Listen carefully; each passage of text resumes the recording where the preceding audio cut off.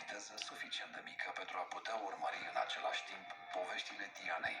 De această dată nu va conduce mocănița, ci va avea grijă de turiști pe tot parcursul călătoriei. Hai să vă faceți poze cu... Uite, dacă... Da?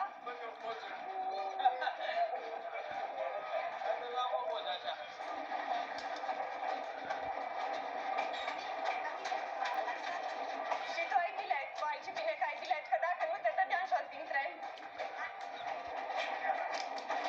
Mulțumesc! Biletele, vă rog.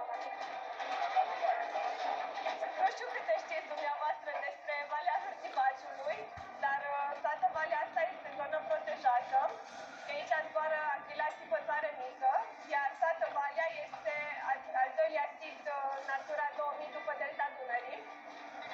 Și se găsiți mai multe păsări, dar de obicei acrilații păsare se vede cel mai des pentru că este mare și ușor de zărit.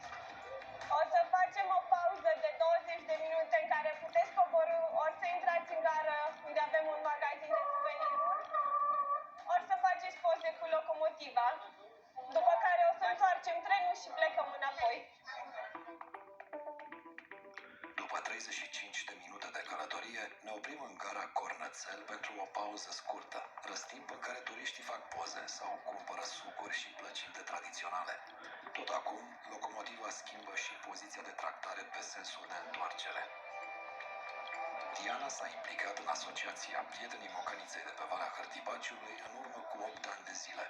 În prezent, este unul dintre oamenii de bază ai asociației, mai ales de când a reușit să-și ia și atestatul pentru a conduce mocănițe diesel și electrice.